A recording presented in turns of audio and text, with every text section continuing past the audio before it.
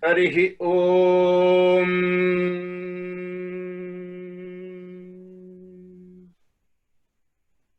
Jnananandamayam Devam Nirmalarspatikatrudhim Adharam Sarva Vidyanam Ayagrivamupaasmahe Yasyadvarada Vakradhyaya Parishatya Parashatham Vignam Nignam Ti Satatam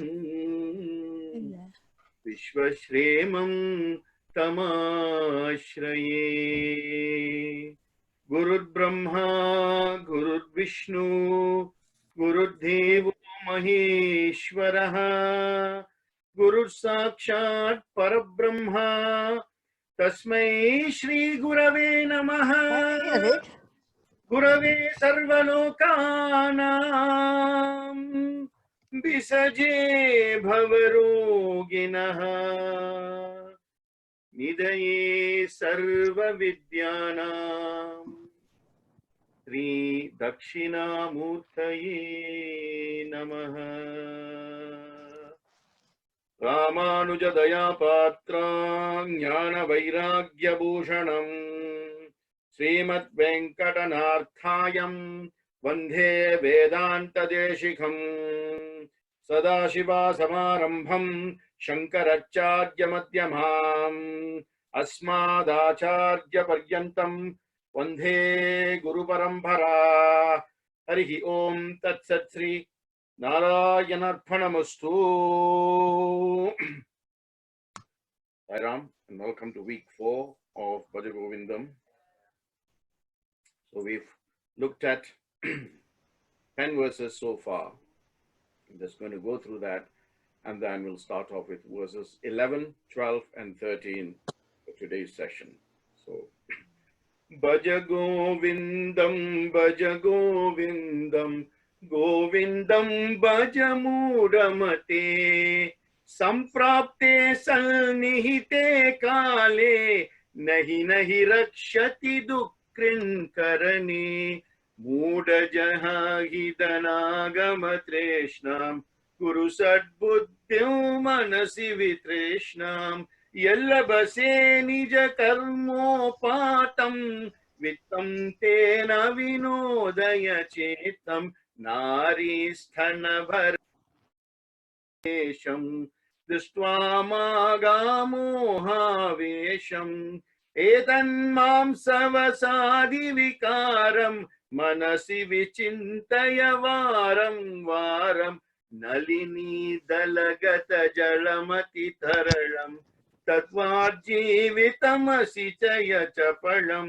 Vidhi Vyadi Abhimana Grastham, Lokam Shokamatam Chasamastham, Yavat Vitto Parjana Sakta, Stavan Nija Parivaro Rakta, Paschat Jivati Jarjara Dehe, Vartam Kopina Prachati Gehe, Yavat Pavano Nivasati Dehe, Tavat Prachati Kushalam Gehe, Gatavati Vayau Deha Paye, Bharya Bipyati Tasmin Kaye, Balastavat Krida Sakta, Tarunastavat Taruni Sakta, Vridhastavat Chinta Sakta, Parame Brahmani Kopina Sakta, Kate Kanta Kaste Putra, Samsaro Yamaviti Vachitra, Kasyatvam Kakutaha Yahat, Tatvam Chintayata Didha Brahat, Satsangatve Nitsangatvam, Nitsangatve Nirmohatvam, Nirmohatve Nischalatatvam, Nischalatatve Jivan Mukti, Vayasi Gate Ka Kama Vikara, Susne Nire Ka Sara, Chine vitte ka parivara, jnanate tattve ka samsara. Bhaja Govindam, Bhaja Govindam, Govindam Bhaja Mudamate. O fool, realize that when the appointed time of death comes, samsaram, what you do on the samsara, that will verily tell you the path that you are taking.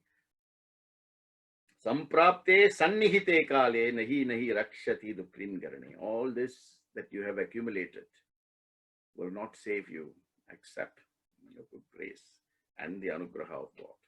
So Shankara in verse 11 talks to us about what we should be thinking about and what we should be moving away from. He says, Ma kuru dhana jana yavvana gharvam. Gharvam means arrogance, pride. Harati nimeshat kalat sarvam. Mayam mayamida akhilam hritva brahma padam tvam pravisha viditva. Ma kuru dhana jana yavvana gharvam. Harati nimeshat kalat sarvam. Maya mayamidam akhilam hritva. Brahma padam tvam pravisha viditva. Yes, do not boast of your wealth, of your friends, of your youth, because each one of these, harati nimesha khalat sarvam, everything will go in a split second.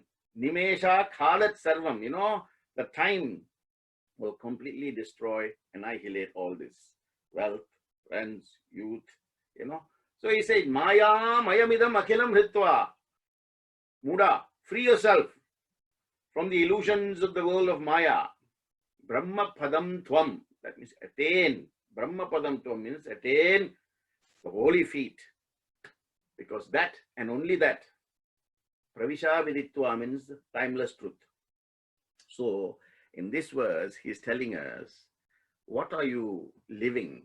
What are you living for? Who are you living for? Why are you living? Those questions he asks. So the value here is truth, discrimination, and right conduct. And here, through this verse, he's asking us to look at two things specifically in the way in which we live. One is humility, the other is forbearance, right? One is humility, the other is forbearance. Firstly, he says, yavvana garvam. Dhana, jana, yavvana, garvam. Dhana is wealth. Jana is people, your friends, your relatives. And of course, yavvana is your youth. So he's saying, take no pride in your possessions, in the people at your command, in the people who are around you, listening to you, and the youthfulness that you have. Why? Because time has the capacity to loot away all this in one moment, in a split second. Harati nimesha khalati sarvam. Everything will go. Right? So the question arises, okay, I understand that. So what must I do? Right?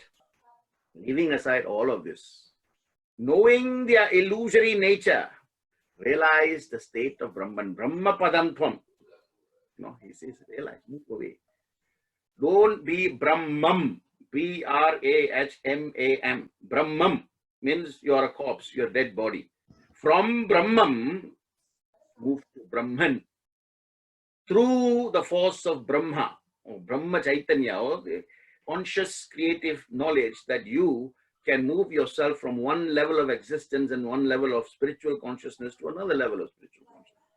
Right beyond this impermanency that is life itself, and seek that which is everlasting, which is Brahma Padam Tvam, the feet of the ultimate supreme reality that is Brahma. Okay. Now, I want you to reflect on one thing, okay? How proud, ask yourself this question, and perhaps you want to write it down, that's absolutely fine. How proud are you of everything you own? Number one. Number two, why do you feel the way that you do about your possessions? House, car, everything, right? And the third and most important question, having all this, right? Having all this, have you grown spiritually? Have you grown spiritually? And you need to think, what are the things you take pride in? How certain are you that these things will be around forever? You know, when we buy something or when we go and get something, right, we question time and durability and quality of everything else in our life. Whatever we buy, whatever we do, right? How's the quality? Is it good? Will it last? You know, everything we question time, we question durability, we question its lastingness. But sadly, we don't do that for our life itself. You know, because do you know how durable your life is? Do you know how durable your life is? Move away from all this. Take pride in the fact that every waking day you have yet another opportunity to go beyond the transient to achieve the omniscient. That is the actual, you know, crux of this verse.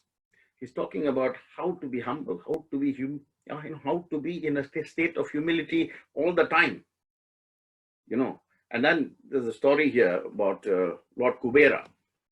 Most of you would know who Lord Kubera is. You know, Lord Kubera, apparently from a Puranic perspective, again, Puranas and the stories all take you through a story to a concept, to a lesson, to a value, to a teaching. So that is what you must focus with or focus on, not the actual story, not the author of the story, not who contributed to what element of the story's progress, but what is the lesson? What is the lesson here for me? So this story, Kubera apparently is the creditor to Lord Vishnu, right? Who facilitated Lord Vishnu's marriage to Sri Lakshmi through, you know, financing. So he is the financier for the Devas, Devaloka's financier, right? And he is, of course, Lakshmi's, you know, financial accountant, if you like. And Kubera was very, very prideful of his status. You know, he says, even Vishnu has come to me for finances, and I have attained this status. And he was very, very, you know, at that level, he was vibrating with pride. So he says, let me call Ishvara, Shiva, and show him what a great dinner or banquet I can throw him, because I am Kubera. So he went to Lord Shiva and he said, you and Parvati must come to have a meal in my palace. Because he wanted to show off his palace. His palace was bedecked with jewels, you know, diamonds, all the most precious stones. So he wanted to show Shiva. Said, huh. So Shiva said, look, I am quite busy. I can't come.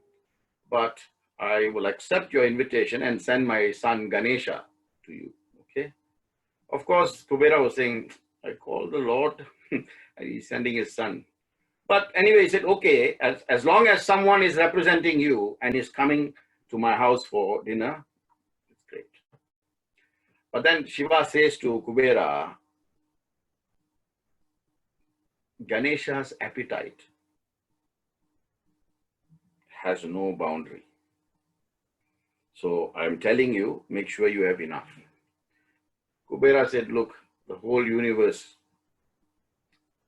is at my feet. So of course I can feed your Lord Ganesh with enough food. Send him. Okay. So anyway, he went back and he was waiting. Lord Ganesha came, and Lord Ganesha, of course, straight away said, so my father says you invited me for dinner. Come, I am ready to eat. I must tell you, I am hungry. Just not hungry, I'm voraciously hungry, right? Ferociously hungry, right? And all the food was brought. Ganesha was eating. Then he finished. And some more food come, bring.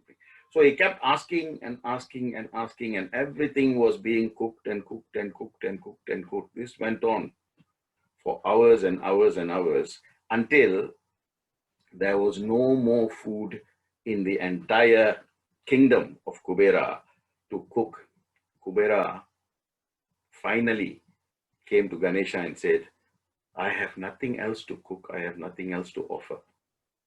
You know, so I must bow down and beg your forgiveness, because I think pride has concealed my vision, and I take the lesson that you are, you know, giving me through this So pride goes before a fall. Most of you know that saying.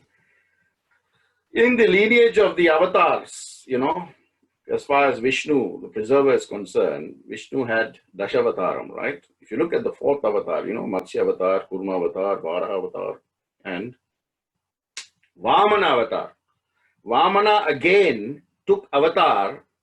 It's not just Dharma samsthapanartham sambhavami yuge yuge. Whenever unrighteousness overwhelms, I will come to reinstate it. It's not that just that. Here, King Bali, the great King Bali, had conquered everything. And then he was he was engaged in a big yajna. And of course, Vishnu took the avatar as Vamana just to teach him a lesson and came as a small young dwarf, Brahmin dwarf. Of course, Shukracharya was there. And Shukracharya told Bali, better be careful. This fellow doesn't look quite normal. Bali says, okay, I am the Lord of the three worlds. Why should I be afraid of a small dwarf, Brahmin boy? And of course, he asked the Brahmin boy, what do you want? And the Vamana said, I only want 3 steps of land, if you can give me that. 3 steps, is that all? Take. So he grew. He grew and he grew and he grew. First step, Bhuloka. Second step, Bhualoka. Third step, Sualoka. There no more place to put after that. Where am I going to put my feet? And then Bali, bows down and offers his head. Take. So, from time to time, avatars have come to tell man, move away from this pride, become humble. You know what there is a Western expression that says, you stoop to conquer.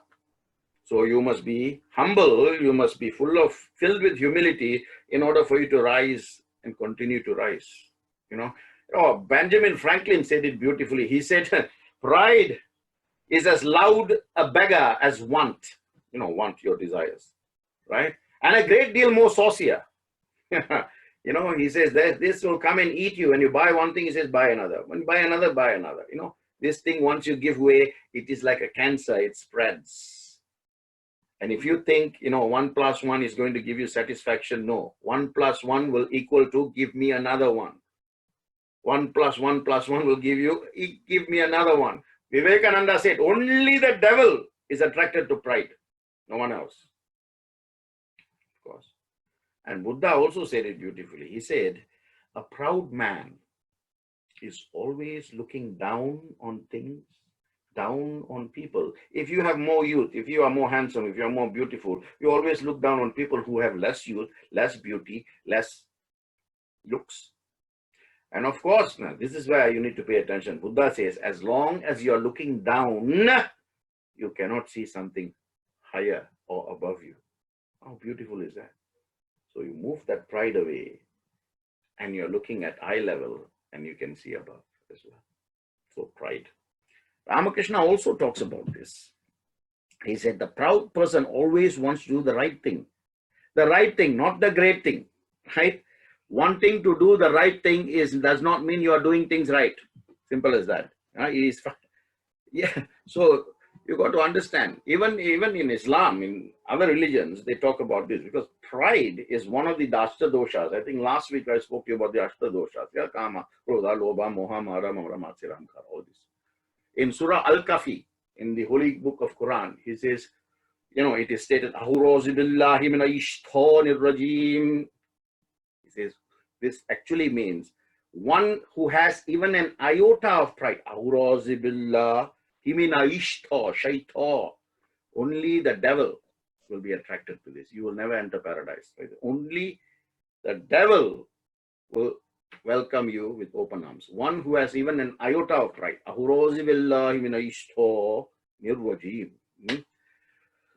In Christianity, the book of Proverbs say, pride goes before destruction and a haughty spirit before a fall. So, slowly. So what can I do is the question. Slowly but surely, gradually reduce the minus and inus must go. The Venus must come, Venus. So from a planetary perspective, Venus is Shukra. When you're slowly doing that, when the Venus comes, the planet Venus will also shine on you. But remember one thing, you must realize that wealth is never constant, right? If you're looking for a faithful friend, it's not wealth. If you're looking for something that does not leave you, it is not wealth. Because wealth, her very character is she must move. She must be constantly on the move. And therefore, she can never be a faithful friend to you. Like that, your own youth will not be faithful to you. So youth is not lasting. Like that, your relationships, your social status, your sense of power, your sense of popularity, all of this will leave you. These purely, right, whether you're powerful, whether your social status is high, whether you're popular, all your relationship, your youth, all of this depend on two things: power of the moment, mood of the hour. Power of the moment and mood of the hour, right? So you must understand, this world of illusory appearances is a field of preoccupation, nothing else. It's a field of preoccupation, but to the delusory nature of the ego. As long as we keep feeding that, that will grow and grow and grow and grow. Of course, as one grows, another sort of diminishes, right? So he's saying, Brahma Padam Tvam. You see, I always try and get something to give you. Today I'm going to tell you PCTA. PCTA. You and you alone are the P, perceiver. You and you alone are the T, are the C, and are the A, right? So P is perceiver, F, P, F, T, A. P, F, T, A. Perceiver, feeler, thinker, actor. You and you alone. What you perceive, you feel. What you feel, you think. What you think, you act upon. So, why is it so difficult for you to perceive something, feel, think, and act on the basis of right conduct, dharma? You and you alone can make that decision. You and you alone can make that choice. You and you alone can discriminate. So why not you go for the Shakshi Chaitanya? Shakshi Chaitanya is the knower of all. The principle that illuminates all experiences. That's why Shankara says in this fourth line of the 11th verse, Brahma Padam Tvam. Develop humility. Go to that sense of Brahma. Brahmahood. So how do you develop humility? Okay. So here, I'll tell you a story about Buddha. Buddha, as you know, he preaches and then he asks for alms. Bhiksham dehime, bhiksham dehime. So he went in front of a big Nawab's house. This Nawab came out and he says, not you. I've heard so much about you. You are such a waste of time. What do you want? Bhiksham dehime. Whatever you can give, sir. So the Nawab, just to teach Buddha a lesson, takes off his shoes, both his shoes, and puts on the platter, puts on the plate that Buddha is holding. Buddha says, thank you, and walks away. So Nawab laughingly goes back inside the house. Next morning, Buddha comes in front of that very place where the Nawab took his shoes off and put in front of the Nawab's house. And he put the shoes on sale for auction, right? And everybody knew that was the Nawab's house, and everybody knew that was the Nawab's shoes because it was, very Nawabi, so to speak, right? And people wanted to impress the Nawab. So, of course, they started bidding. And, of course, Buddha got very good amount for the shoe. So he gave the shoe. And, of course, all this commotion brought the Nawab outside. The Nawab saw the intelligence and the humility of the Buddha. And he himself said, oh, my God, I didn't realize that something so negative can be converted to something so positive and so rewarding. He says, whatever money that people offered you for my shoe, I will buy it back from you from twice the amount of money. So Buddha got all this money and alms and whatnot, and he distributed it to the poor people in that village, and he continued his journey. How many of us would have reacted in a different way if something like this happens? And forget about people putting shoes, right? People just saying something to you. Automatically, do you know who you're talking to? Do you know who my father is? Do you know who my contacts are? Right? Yeah, whoever your contact may be, you know them on this Bhuloka. My contact is direct up there. So why can't you think like that? Just reverse. Last week I said paradigm shift. Paradigm shift. Right? So, yeah, okay, brother, I understand you're saying that to me, right? But life, we have so much of adverse situations. How should we respond? I said, that's the right thing. That's the right word to use. Respond rather than react. Because reaction is straight away and the consequence is always negative. But response is not immediate. There is a short pausation between what happened and how you retort to that. And in that pausation, there is a sense of the right thing to do. And in that, you do the right thing and the consequence is different. Right? The idea is G over E. I'll give you a mathematical formulation. G over E equals constants. Okay. So what is G? G is goals. Over E, ego. As long as you can keep your goals over your ego, you should be able to continue with humility. So goals over ego equals humility, and that is constant. When you do that and you continuously do that, then there is no problem. You go straight to success after success after success. Success is, a many variant definition of what is success. Always I ask my students in the universities, is success the journey or is it the destination? And 70 to 80% will say it's the destination. 20% who actually think will say, no, it's the journey. And I say, yes, verily it's the journey, because if your journey is infused with all the right content, then there is no way you are going to end up somewhere else. Absolutely, the journey is success. Because sometimes you say destination is success, you may not have everything you need to make that journey. Therefore, either you get delayed or deterred, or there's some, obstacles and so on and so forth. So always prepare yourself for the journey.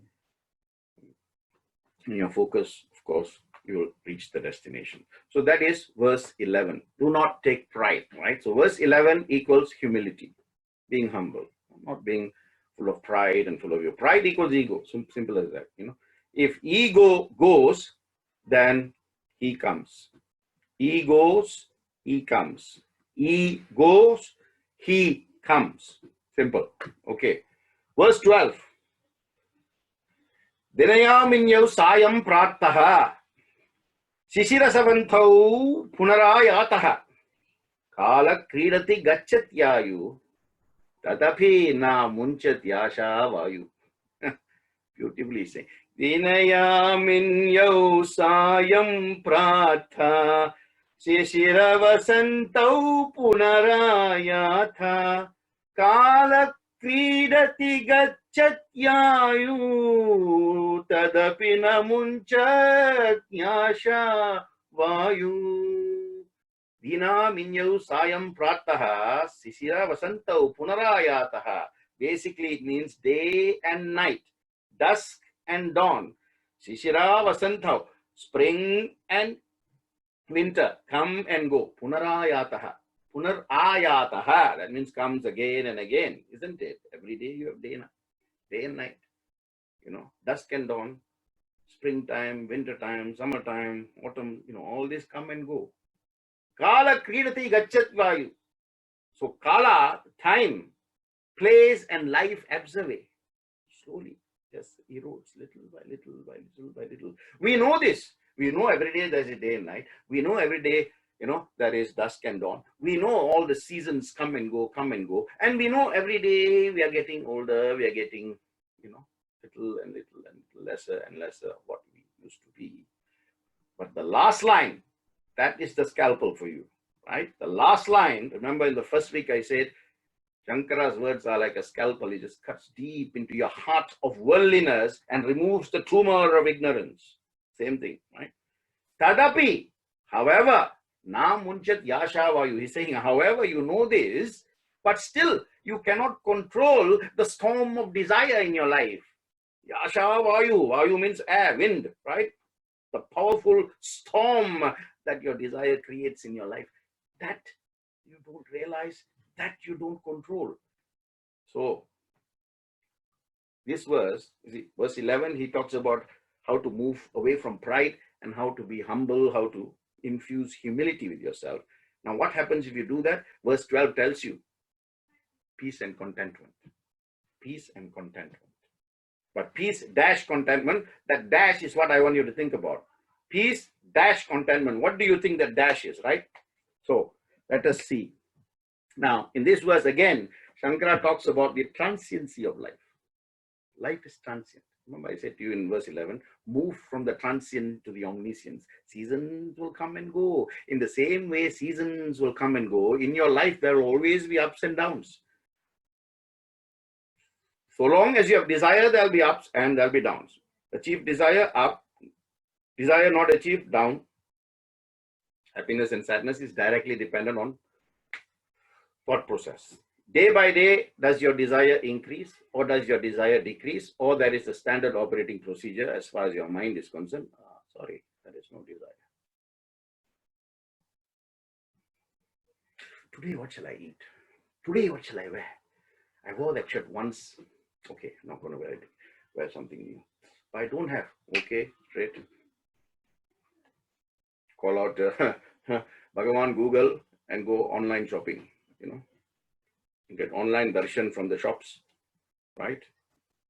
And 2 days later, you get delivered. A month later, the same thing happens, right? So everything. The internet has come and increased man's desire by manifold. At least before, he had to take the effort of going to the shop. Now he doesn't have to. From where he is set, he can get everything he wants. So how much more do you think man has become, you know, set in the comfort zone and giving credence to his desire? You know, to be happy is your right. What Ramana Maharishi says. He says, to be happiness, you know, to be happy and to have desire is fine. That's not the issue. But the issue is, as Ramana Maharishi is saying, the issue is you look for happiness outside when you can find it inside. That is the issue. So you see, we seek happiness outside. That is temporary. We chase it and we get deluded, but we don't stop the chase. As long as we are chasing, we're not looking back, right? Because you're chasing something, so you're looking forward. So you're moving away and away and away. From what? From yourself. Stop at some point. You know, sometimes, as they say, you've got to take 2 steps back in order to move forward. So take these 2 steps and look into your own life. Right? That's why he's saying, Tadapina munchati ashavayu. Whatever, however you know that the facts of this, you still want to continue doing what you're doing. You don't seek spirituality. Spirituality is the one that will lead you to the ultimate bliss. Keep giving place to desire. So Shankara in verse 12, he exhorts us. He tells upon the need for spiritual pursuit. The need to look at what is permanent and to distinguish from what is impermanent and to move from that impermanency to the permanency.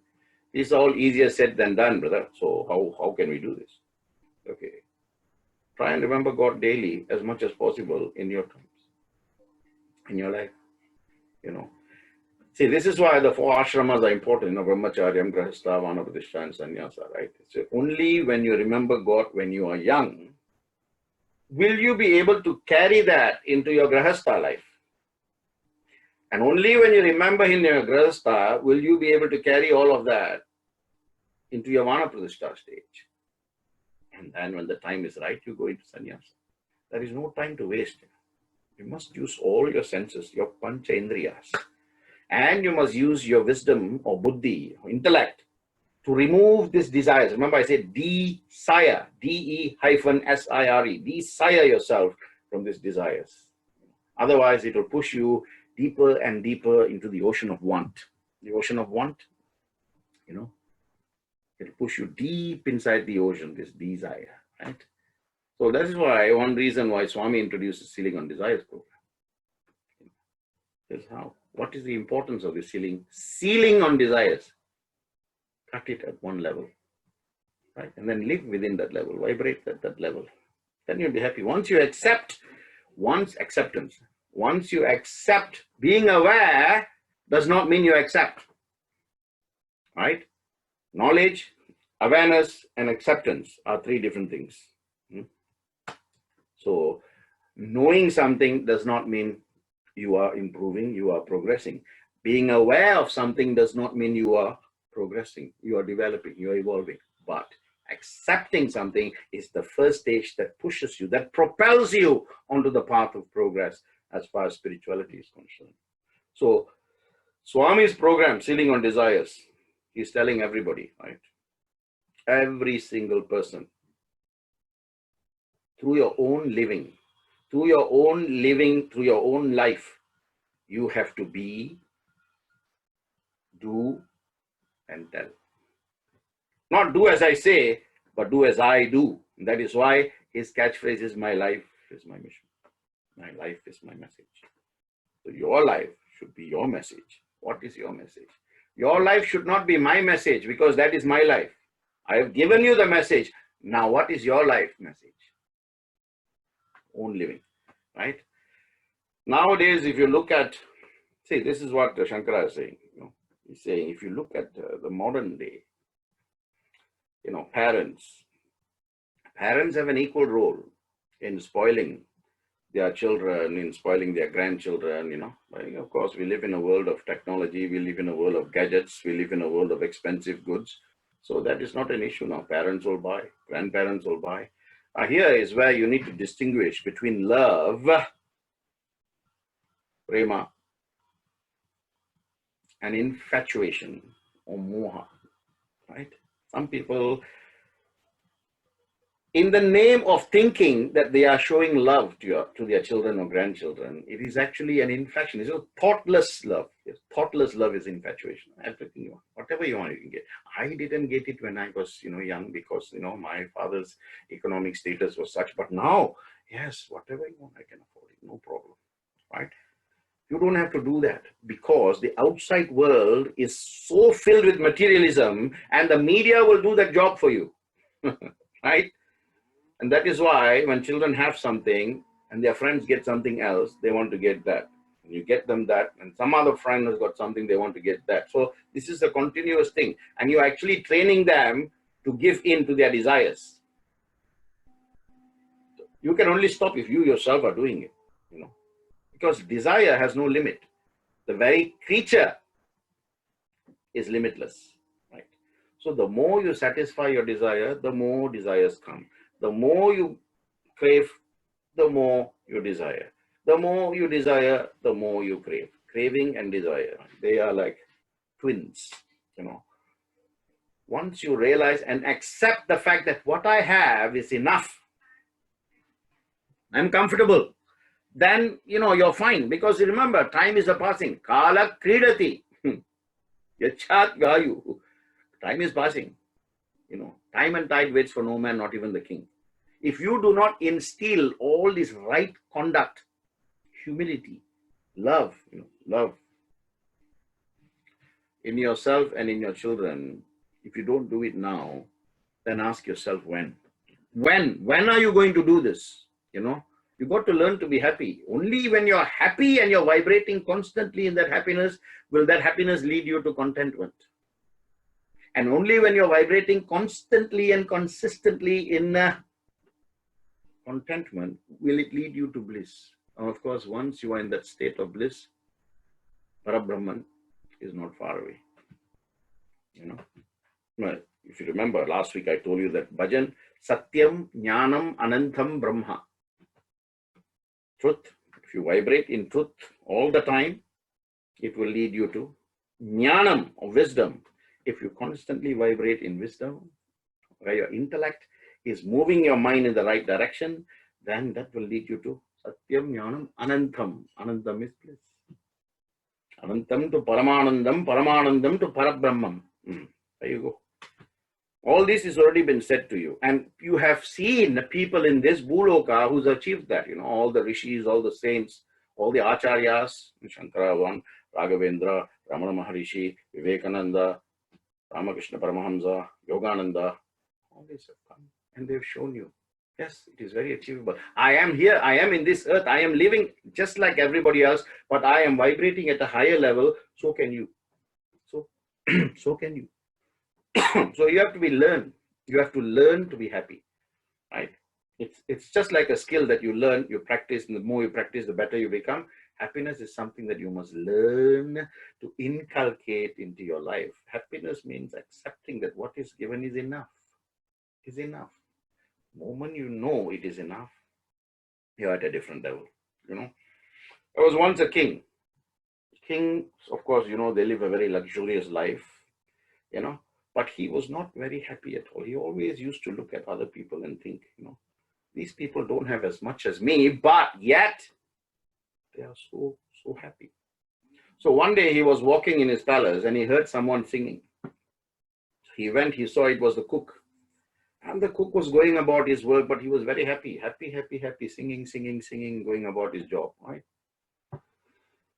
So he asked the cook, called him, and he said, "Oh, why are you so happy? What are you singing about? How much money do you get from doing this cook job?"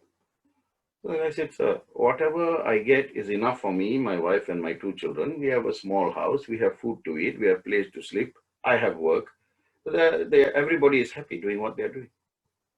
So he was very surprised. He said, "You have not even an iota, 1% of what I have. And yet you are 1,000 times more happier than me. Why?" So he wanted to know why, So he called his most trusted divan. Kings always have an advisor. So the advisor came and the king said to him, "Why is this fellow so happy and me having everything and everyone at my, beck and call, at my command? Why am I not happy?" So the divan, the minister said to him, "Oh, great king, it is because this cook has not yet joined the 99 club." King said, "What? 99 club? What is that?" The king inquired. He said, "What is this?" So the advisor said, "Rather than me explaining to you, all I will ask you to do is to put 99 pieces of gold coin in front of this cook's doorstep. And then you see what happens." So the king said, "Okay." So he called this fellow. He said, "Go and place this bag of 99 gold coins, pure gold coins, in front of this cook's house." So next morning, when the cook got up, he saw this gold coin. He looked at everybody around. That's the first thing we do when we get something that we know we're not supposed to get. It's there. We look left, we look right, we look front and back, top and bottom, and then we take it in. And he counted, there was 99. Now he was, "Why is there 99? 100 would be nice." 100 would be nice. If we had 100, 101 would have been nice. Anyway, so he said, "Okay, let me make this into 100 and then we'll be happy. Now we've got this. Great." So the cook from that day was trying to work twice as hard in order to convert that 99 pieces of gold coin to 100. So from that day, he worked and worked and worked and worked. So he started to do things that he was not doing before. He moved away from his friends, his family, his relatives, and most importantly, he moved away from his happiness. From that day, he was a changed man. He was overworked, he was grumpy, he blamed his family for not helping him. He had stopped singing. What he loved to do, he stopped doing. That's one of the reasons why Swami has introduced bhajans. When you sing, you're supposed to forget yourself. Not only are you supposed to forget yourself, you are also supposed to help others who are listening to you forget their problems. Bhajana, janana, manana, tharana. I said that, right? Bhajan should help the jana, the people. It should help the people by going into the minds, manana. And of course, once it goes in the mind, it needs to be put into practice, practicalized. Tarana, bhajana, janana, manana, tarana. So it is a great responsibility, my dear brothers and sisters, if you are a bhajan singer, right? Great responsibility. Now, so this guy, the cook, he forgot to do whatever he was doing, right? He became so engrossed in converting that figure of 99 gold coins to 100 gold coins, and he became a completely changed man. Now the king saw the king, obviously he witnessed this drastic transformation, and he was puzzled. So he called his minister. He said, look, what has happened to this fellow? And then the minister said, Your Majesty, I can now confirm that the servant has officially joined the 99 Club. The king still, what do you mean? King, then the minister was explaining. He says, the 99 Club is a name given to those people who have enough to be happy, but they are never content. They always want one extra, Let me get that one final thing, and then I will be happy for life. And then when you get that, maybe I'll get that other thing, and that continues. So what is the learning here for you? You can be happy with what little is given. The second verse goes back to the second verse. Mooda jahihi dhanagama trishnam guru satputtim manasavi trishnam. This is the third line. Yella bashe nija karmophatam. With whatever you get, you should be happy. Dedicate it to you. Give it back. It is enough. That's why I said to you, there is always enough for everybody's need in the entire world, but there isn't enough in the entire universe for one man's greed. Need and greed, they go hand in hand, right? So ask yourself, right? What is enough for me?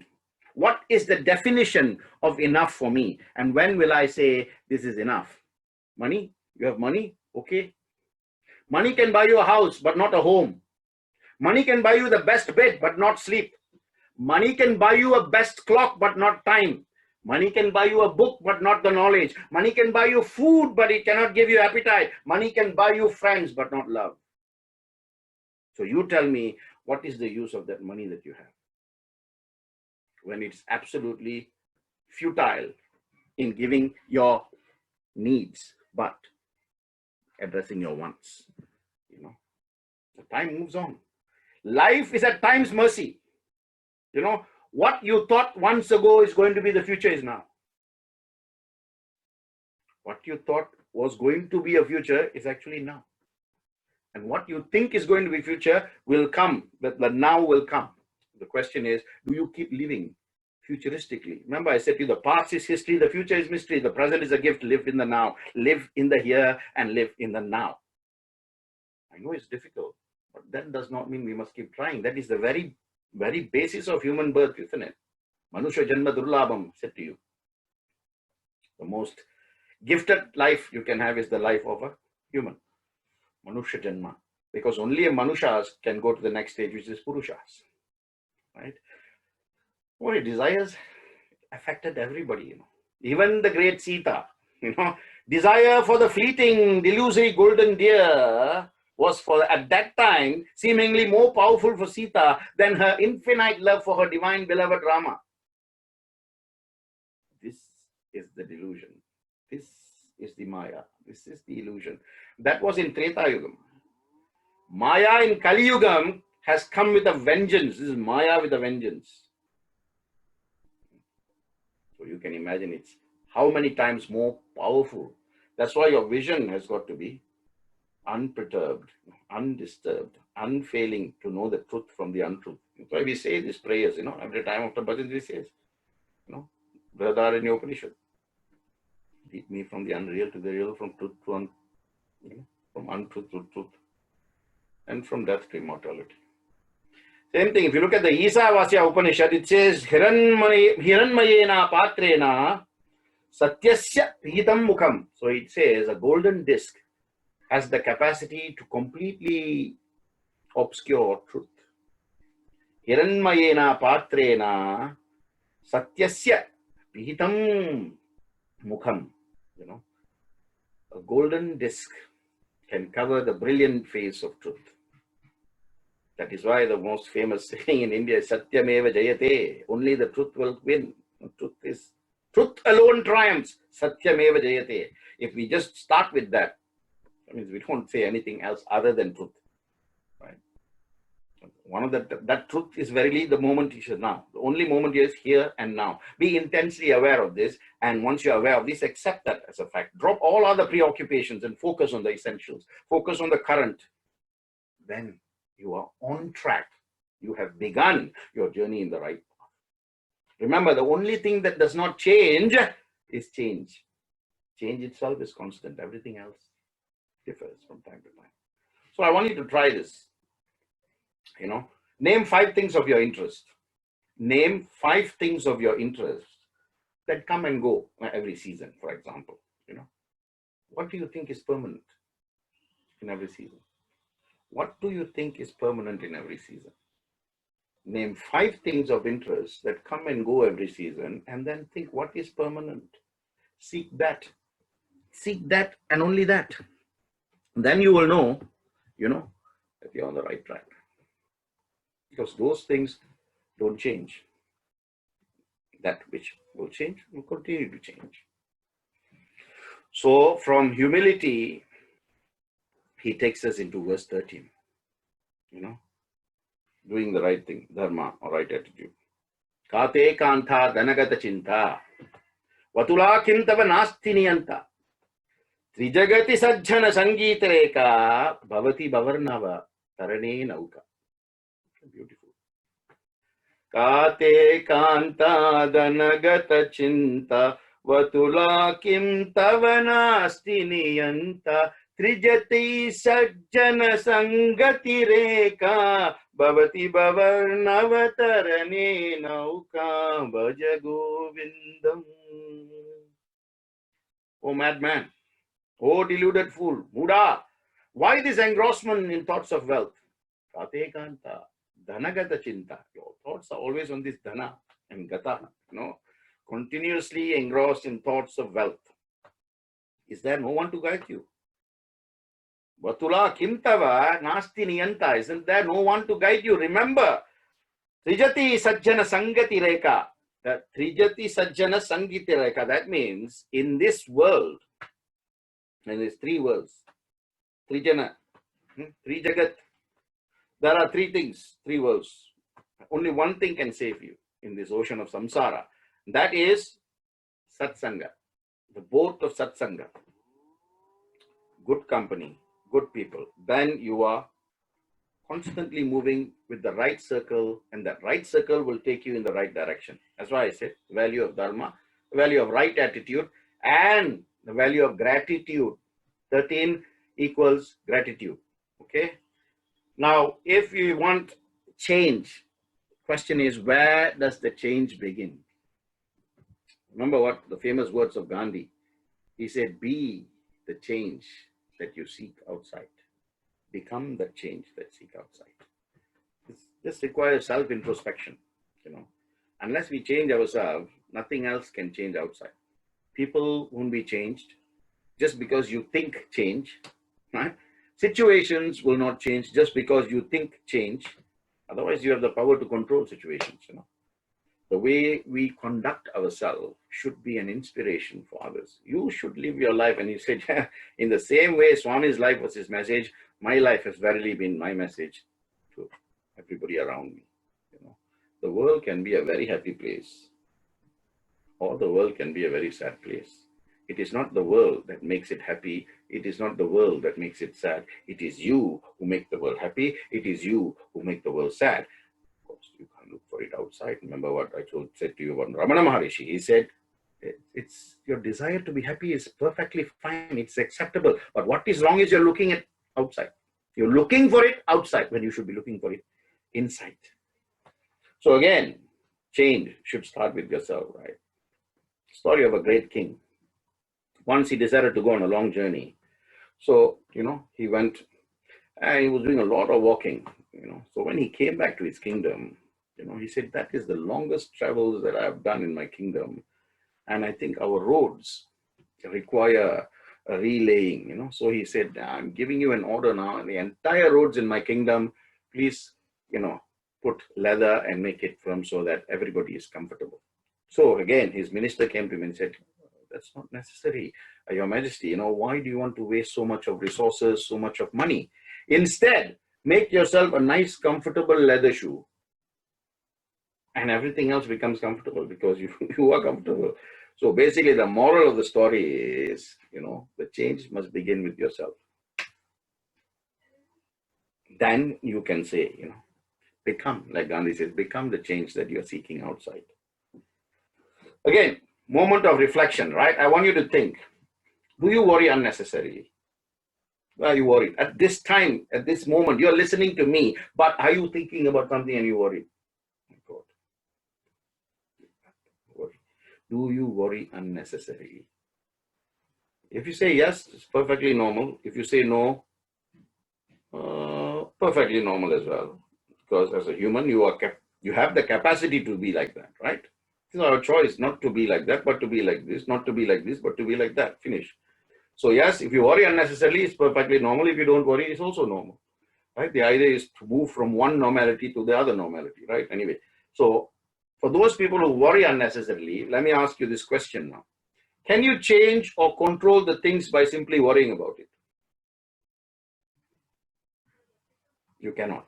Let me give you the answer. You cannot change anything. Then why do you worry? Why do you worry? If a problem has come, don't think about the problem and worry and worry and worry and worry. Move away from the problem and look for solutions. Try and change. I'll give you a typical example is you're walking and a thorn or a nail pierces through your shoes, into your feet. It's no point you holding your feet and saying, oh, look, a thorn has pierced, nail has pierced, thorn has pierced, nail has pierced, pain, pain, pain, pain, pain. But the thorn is still there, the nail is still there. So move away from it. Take the thorn out, take the nail out, you put medicine, continue, see what you can do. You cannot control everything that happens around you, in and around you. So why do you worry unnecessarily? Why do you worry? Sorry. Why do you worry unnecessarily? The control, if you think you're able to control, that in itself is an illusion, and that in itself is the most fertile seed of worry. Why do you worry about the unknown? Why do you worry about the ever-changing nature? It's really pointless, isn't it? It saps all the dynamism in you, right? What you can control is your effort. What you can control is your thought. What you can control is your initiatives. That is what you should try and control. Not worry about something that you can't control. Okay, that's all well and good, brother, but what do I do when I face issues or problems? It's very simple, right? Now you think about this, right? When you have an issue or a problem, is there someone that you always like to talk to? Someone you feel does you good when you speak to them, when you speak with them, when you are in their company. This is what I call HEP, highly empowered people. So the answer, what to do when you face issues or problems, when you are seized with the anxieties and worries of life, you have to seek the company of these highly empowered people. Take refuge in their interesting presence, in their inspiring presence, and pull yourselves up and out of the treacherous ocean of endless worries. Then you will see company you keep reflects your character. You will also become like them. The highly empowered people, HEP, will also make you become highly empowered if you keep spending more time with them and you become inspired by what they do, how they think, how they speak.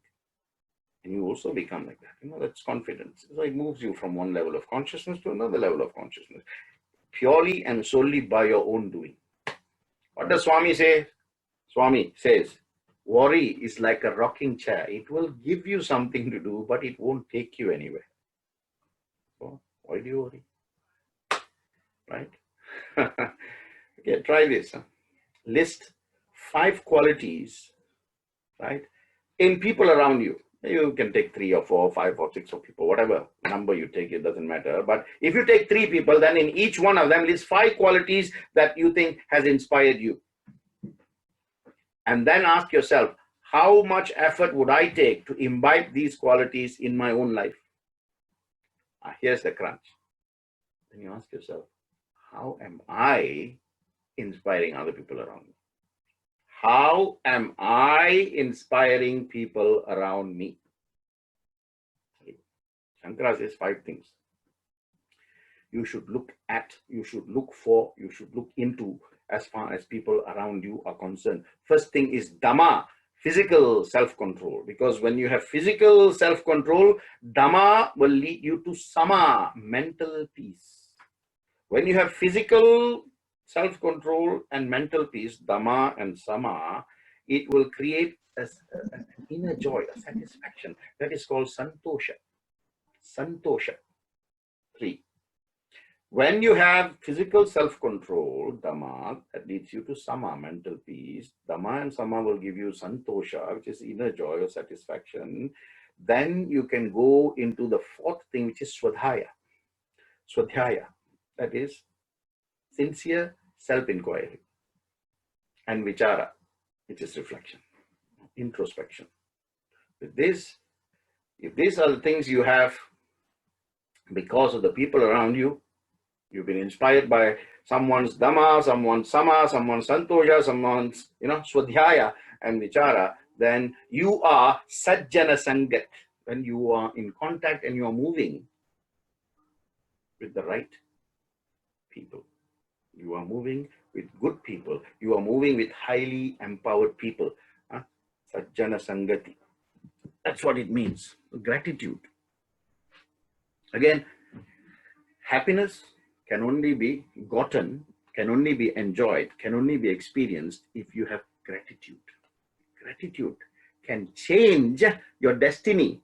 100%, I'm telling you. The moment you become grateful, you show gratitude every day, every moment of your life, right? You sing that bhajan, every moment of my life, please be with me. But do you do the right thing so that he wants to come and be with you?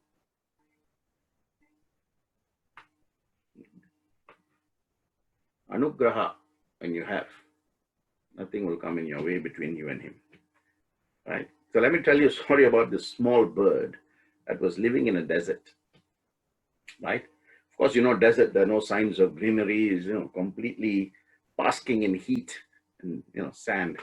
So the bird used to hop around in the sand throughout the day, looking for some place where it can be in the shade for a while, and of course, looking for little water pods.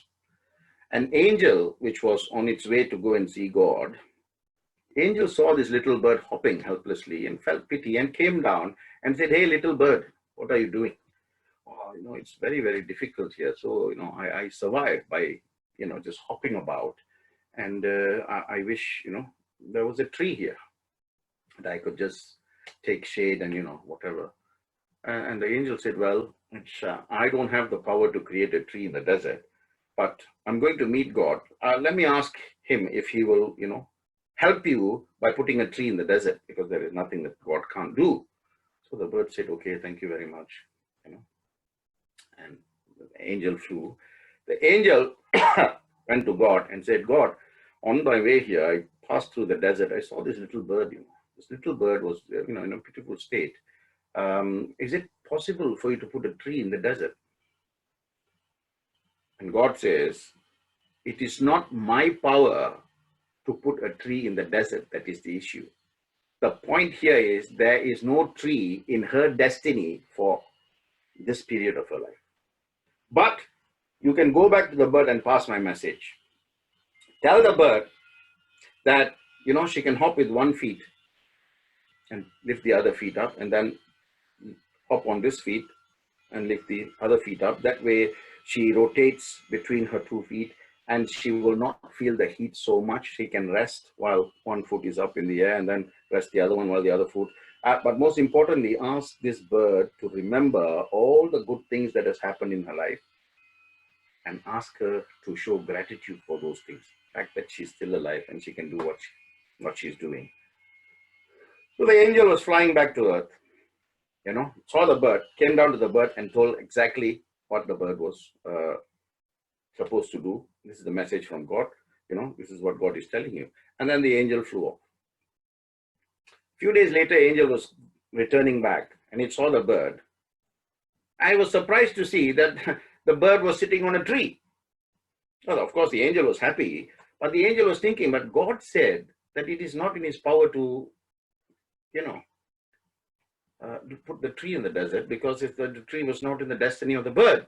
So he was a bit confused. So he went back to God. He went to see God and he said, this is the story. I mean, why did you tell me that it's not in your power to put a tree in the desert? And God said, I didn't lie to you. There was no tree in the bird's destiny. Some of us refer to this as fate, right? But what I'm telling you is, with gratitude and with the right attitude, you can even change fate. Gratitude and attitude can even change fate, right? Vidhi and Madi can change fate, right? God then tells the angel, you see, once you gave the message to the bird began to live that message. Every day the bird was giving thanks, gratitude. It was just happy. In that state of happiness, it changed its destiny from the thoughts of suffering. Oh, it is so hot. I'm suffering, I'm painful, this, that. When it changed the thought to a happy thought and one of gratitude, then the destiny also changed. And because the destiny of the bird changed, I could now put a tree in that desert for that bird. And of course, the angel was so pleased with that. He said, my God, gratitude. So much it can bring. Yes, gratitude always brings in grace, anugraha, right? So let us be grateful. How many of us, when we get up every day, we thank God? First thing we do, instead of reaching out to your partner and say, coffee, thank you for another day in my life. Thank you for making me useful as part of your creation. Do you count your blessings? A small gratitude every day can bring so much, can engender so much of change in your life. And of course, what you do today as a gratitude, what you do for others will come back to you. Remember, I always say, dharmo rakshati rakshitaha. Whatever good that you do will come back in many, many, many, many extent, scope, expansion. It will come back to you in expansion and do the same thing to you. So I'll tell you another story about this poor boy. I know time, right? This poor boy, one day was coming up from school. He knew there was no food at home. He was very hungry. So he felt like fainting. So he saw a house. He went to the house. He rang the doorbell. This lady came out and he says, can I just have a glass of water? But he wanted to ask for food. But when he saw the lady, he felt very embarrassed. And he said, can I just have a drink of water? The lady saw the plight of the boy. And she came with a big glass of milk. And she gave it to the boy. The boy drank it. And he said, thank you very much. Do I have to pay you for this? Because I can do some work and pay you. She says, no. My parents have taught me to be kind and not to accept anything for any act of kindness that we show to our fellow human beings. So he thanked this lady very much, And of course, he went to school. He did very well and all that. Now, many years later, right, he qualified as a doctor, and he heard that a special case had been referred to him from a small town. So when he heard the town's name, he thought, hey, that's where I grew up. Then he went to see the case, and when he looked at that lady, he remembered, this is the lady that gave me, you see how much impact that one glass of milk has, right? That is the power of gratitude. This is the lady that gave me a glass of milk that day. Oh my God. So he called his team.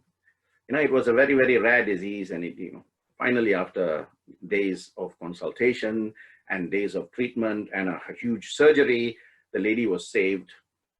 Of course, the lady was, on her own now. She was not very well to do. And this doctor asked for the bill. And he said to the accounts office, give me the bill. And he got the bill and he wrote something.